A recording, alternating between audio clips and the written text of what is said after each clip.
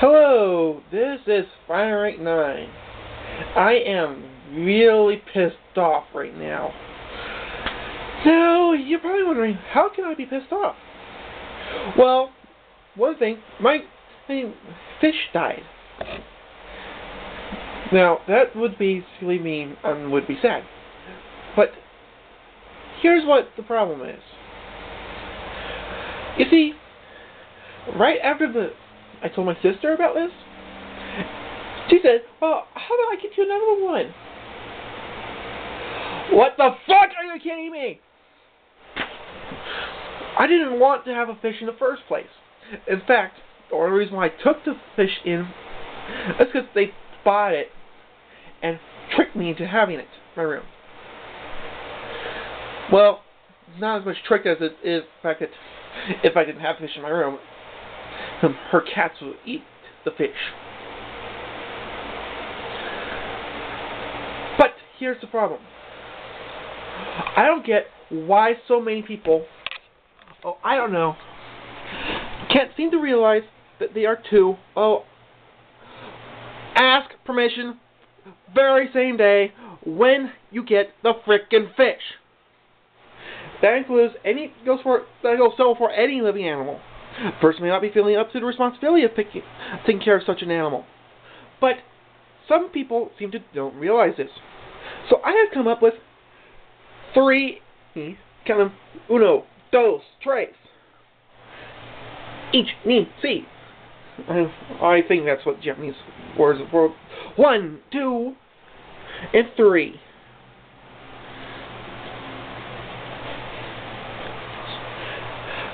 Of how to make sure the person is ready to take care of a pet. Plus an additional 4th one. Now let's begin. Rule uno. One of the most important rules. Ask 2 hours before you get the frickin' animal. I mean, how hard is this? You basically go and call, give the person a call, ask them if they want the animal, if they feel up to taking care of the animal, and tell them that you're going to get this animal if they are ready to take care of such an animal. You don't trick people into saying, oh, in the near future, would you like to take care of an animal? The animal that you're going to end up in a shelter or a frickin' toilet, depending on what the animal is. If it's fish, it's toilet. If it's dog or cat, or pretty much anything else big, it's sheltered. You wanna know why? The word near future doesn't fucking mean same day. It never has, and it never will. Rule 2. Dos.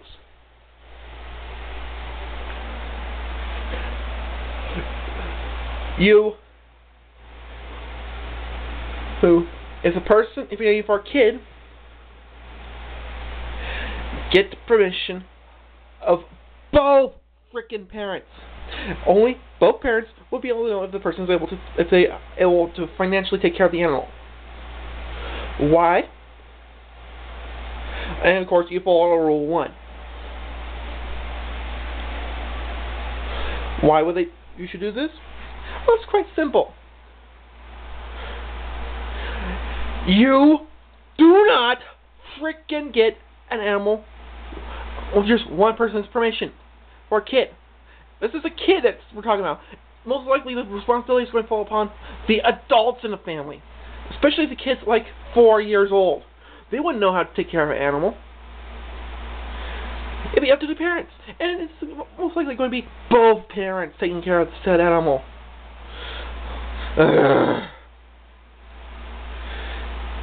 Third, probably what made me very angry. If a person you're trying to contact doesn't answer their phone or doesn't pick up their phone because they're either at work or too busy doing something else, do not fucking give it the animal in the first place. I mean, seriously, I am pissed off with that one. Because most of the time when my sister wants to watch a movie or DVD, which I have plenty of, they usually call me. And they usually try to call me when I'm in the middle of working. And they go, "Oh, I tried. He's not answering. I'll take the movie anyways." And I end up getting pissed at them. Well, this is like 1,000 times worse. Why is it 1,000 times worse? Movie, inanimate object. Any living creature, including fish, dogs, cats, etc., etc., are living beings. They're not to be used as commodities. Let me just pull a quick movie out here and see. Caddyshack. My mom likes this movie. She comes in to borrow this movie once in a while. I don't have a problem with her borrowing the movie. But one time she tries calling my phone. I can't pick it up because I'm in the middle of work. She borrows it without me knowing it.